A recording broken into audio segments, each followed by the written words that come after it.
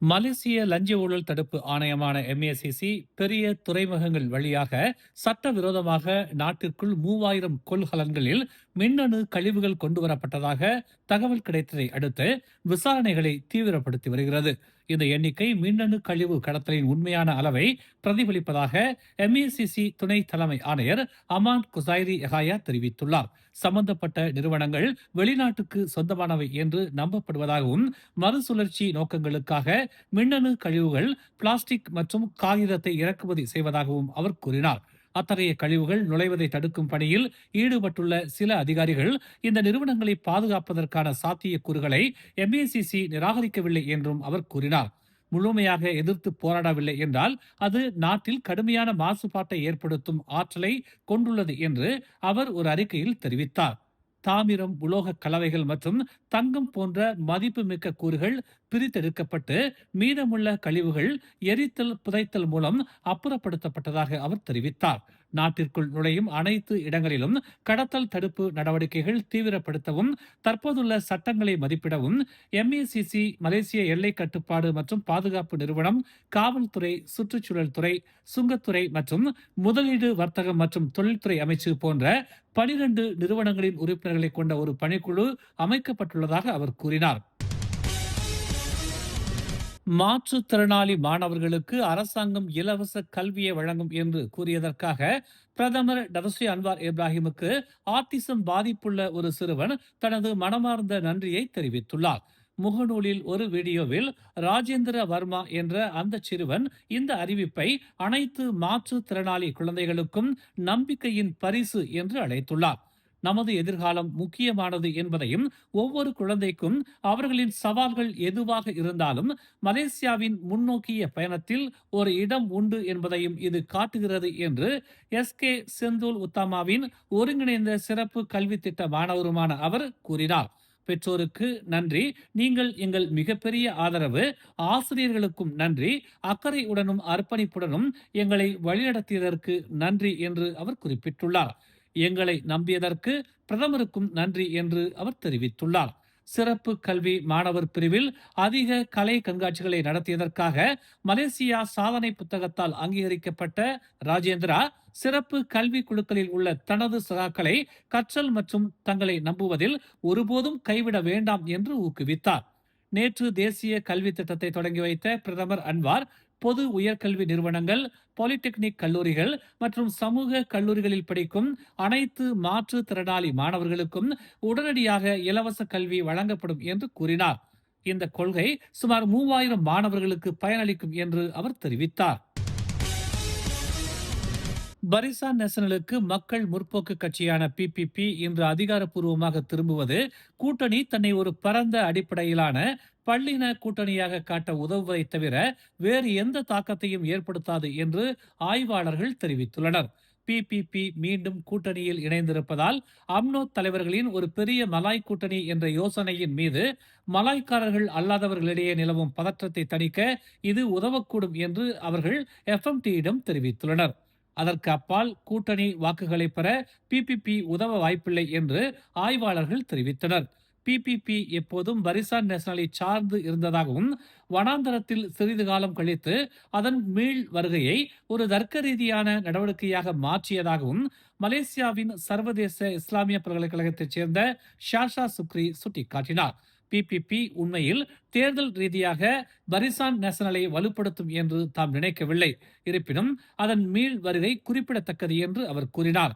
அனைத்து மலேசியர்களையும் பிரதிநிதித்துவப்படுத்தும் ஒரு மிதமான கூட்டணியாக பரிசான் நேஷனலின் பிம்பத்தை முன்னிறுத்த இது உதவும் என்று அவர் தெரிவித்தார். அம்னோ ஆதிக்கம் செலுத்தும் கூட்டணியில் PPP ஒரு அடையாளமாக மட்டுமே நடத்தப்படும் அபாயம் இருப்பதாகவும், அது அதன் உறுப்பினர்கள் மத்தியில் விரக்தியை ஏற்படுத்தக்கூடும் என்றும் ஷாசா எச்சரித்தார். டாஸ்மேனியா பல்கலைக்கழகத்தைச் சேர்ந்த மற்றொரு ஆய்வாளரான ஜேம்ஸ் சின் அவர்கள் போட்டியிட்டால் தங்கள் வைப்பு தொகையை இழப்பார்கள் என்று குறிப்பிட்டுள்ளார். அவர்கள் போட்டியிடுவதில் தங்கள் நேரத்தை வீணடிக்கிறார்கள். அது ஜாகிட்டுக்கும் தெரியும். ஜாகிட் PPPக்கு சில வெல்ல முடியாத இடங்களை வழங்க வாய்ப்புள்ளது என்று அவர் கூறினார். மலேசிய ஐக்கிய சீன பள்ளி குழுக்களின் சங்கமான டோங் ஜோங் பள்ளிகளில் மலாய் மொழி மற்றும் வரலாற்று பாடங்களின் தேவை குறித்து கல்வி அமைச்சர் ஃபாத்திலினா சிரேக்குடன் ஒரு சந்திப்பை நடத்த உள்ளது. இந்த கூட்டம் 2026 2035 தேசிய கல்வி மேம்பாட்டு திட்டத்தை, குறிப்பாக ஒருங்கிணைந்த தேர்வு சான்றிதழான யுஇசியை செயல்படுத்துவது குறித்து விவாதிக்க இருப்பதாக அதன் தலைவர் தான் யூ சிங் கூறினார். அமைச்சரை சந்திப்பதற்கு முன்பு இந்த வாரம் டோங் ஜோங் மற்றும் ஜியாவ் ஜோங் அமைப்பின் உறுப்பினர்களுடன் விவரங்கள் விவாதிக்கப்படும் என்று அவர் கூறினார். பிரதமரின் அறிவிப்பு பல விஷயங்களில் தெளிவற்றதாக இருந்ததால் கூட்டத்தை நாடுவதாக அவர் கூறினார். யுஇசி பாடத்திட்டம் தேசிய பாடத்திட்டத்திற்கு எதிராக தரப்படுத்தப்பட வேண்டுமா, மாணவர்கள் தேர்ச்சி பெற வேண்டுமா, ஒரு குறிப்பிட்ட மதிப்பெண் பெற வேண்டுமா, அல்லது பாடங்களை கற்றுக்கொள்ள வேண்டுமா, உள்ளூர் உயர்கல்வியை தொடர விருப்பமில்லாத சர்வதேச பள்ளி மாணவர்களுக்கு இது போன்ற முறை இன்னும் பொருந்துமா என கேள்விகளை முன்வைத்துள்ளனர்.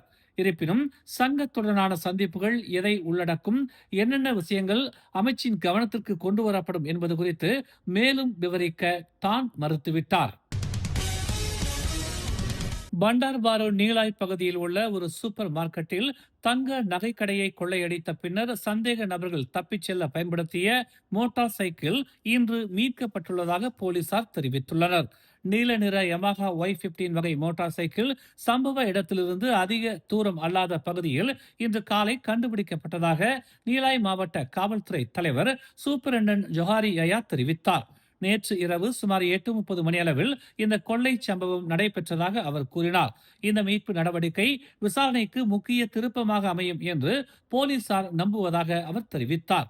சம்பவம் தொடர்பாக சந்தேக நபர்களை அடையாளம் காணும் பணிகள் தீவிரப்படுத்தப்பட்டுள்ளதாகவும் அருகில் உள்ள சிசிடிவி காட்சிகள் ஆய்வு செய்யப்பட்டு வருவதுடன் பொதுமக்களிடம் இருந்தும் தகவல்கள் திரட்டப்பட்டு வருவதாகவும் தெரிவிக்கப்பட்டுள்ளது. கடந்த ஆண்டில் கனரக வாகனங்கள் தொடர்பான பயங்கர விபத்துகள் குறைவாக பதிவு செய்யப்பட்டுள்ளதன் மூலம் மலேசியாவில் போக்குவரத்து பாதுகாப்பு நடவடிக்கைகள் தீவிரப்படுத்தப்பட்டுள்ளதன் விளைவாக நிலையான முன்னேற்றம் ஏற்பட்டுள்ளதாக போக்குவரத்து துறை அமைச்சர் அந்தோனி லோக் தெரிவித்தார். மலேசிய காவல்படை தரவுகளின் ஆரம்ப கட்ட கணக்கீட்டின்படி கடந்த ஆண்டில் கனரக வாகனங்களில் சம்பந்தப்பட்ட பயங்கர விபத்துகள் 163ஆக பதிவாகியுள்ளன. இது 2024 ஆண்டில் பதிவான 260 சம்பவங்களுடன் ஒப்பிடும்போது குறைவு என்றும், 2023 ஆண்டில் பதிவான 232 சம்பவங்களுடன் ஒப்பீட்டளவில் குறைவு என்றும் அவர் கூறினார். தேர்தல் தொகுதிகளின் மறுசீரமைப்பு தொடர்பான எந்த ஒரு முடிவும் 8 ஆண்டுகள் நிர்ணயிக்கப்பட்ட காலவரம்பு முடிவடைந்த பின்னரே மலேசிய தேர்தல் ஆணையம் மூலம் தீர்மானிக்கப்படும் என்று பிரதமர் துறையின் சட்டம் மற்றும் நிறுவன சீர்திருத்த அமைச்சர் டதஸ்ரீ அசாலினா ஒஸ்மான் சைட் தெரிவித்துள்ளார். நடப்பு தேர்தல் தொகுதிகளின் மறு ஆய்வு நாடாளுமன்ற உறுப்பினர்கள் அல்லது மாநில சட்டமன்ற உறுப்பினர்கள் எண்ணிக்கையில் சட்ட திருத்தங்கள் மேற்கொள்ளப்பட்டால் மட்டுமே மீண்டும் நடத்தப்படும் என்று அவர் விளக்கினார். இதன் மூலம் தொகுதி அமைப்பில் ஏற்படும் மாற்றங்கள் அரசியல் சட்ட அடிப்படையில் மேற்கொள்ளப்படுவதை உறுதி செய்ய முடியும் என்று அவர் கூறினார். தீபகற்ப மலேசியாவில் கடந்த முறை மேற்கொள்ளப்பட்ட தொகுதி மறுசீரமைப்பு ஆய்வுக்கான 8 ஆண்டு காலவரம்பு வருகிற மார்ச் 9ஆம் தேதியுடன் நிறைவடைகிறது. அந்த காலவரம்பு முடிந்த பின்னரே தொகுதி மறுசீரமைப்பை நடைமுறைப்படுத்துவது குறித்த எந்த ஒரு முடிவையும் SPR எடுக்கும் என்று அவர் தெரிவித்தார்.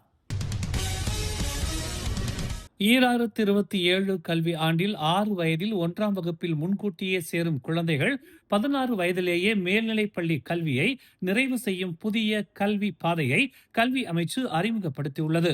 இந்த திட்டம் குழந்தைகளின் வளர்ச்சி மற்றும் கற்றல் திறனை முன்னிலைப்படுத்தி வடிவமைக்கப்பட்டுள்ளதாக கல்வி அமைச்சு தெரிவித்துள்ளது. இந்த முன்கூட்டியே சேர்க்கை பெற்றோர்களின் விருப்பத்தின் அடிப்படையிலானது மட்டுமே என்றும் கட்டாயம் அல்ல என்றும் கல்வி அமைச்சு தெளிவுபடுத்தியது. 5 வயதில் பாலர் பள்ளி கல்வியை முடித்திருப்பதும் நிர்ணயிக்கப்பட்ட கண்டறிதல் சோதனையில் தேர்ச்சி பெறுவதும் அவசியம் என்று குறிப்பிடப்பட்டுள்ளது. அதே நேரத்தில் குழந்தையின் மன அறிவு தயார்நிலை முக்கியமானதாக கருதப்படுகிறது. குழந்தைகள் மீது தேவையற்ற அழுத்தம் ஏற்படாமல் அவர்களின் திறனை பொறுத்தே கல்வி முன்னேற்றம் அமைய வேண்டும் என்பதே இந்த திட்டத்தின் முக்கிய நோக்கம் என கல்வி அமைச்சு வலியுறுத்தியுள்ளது.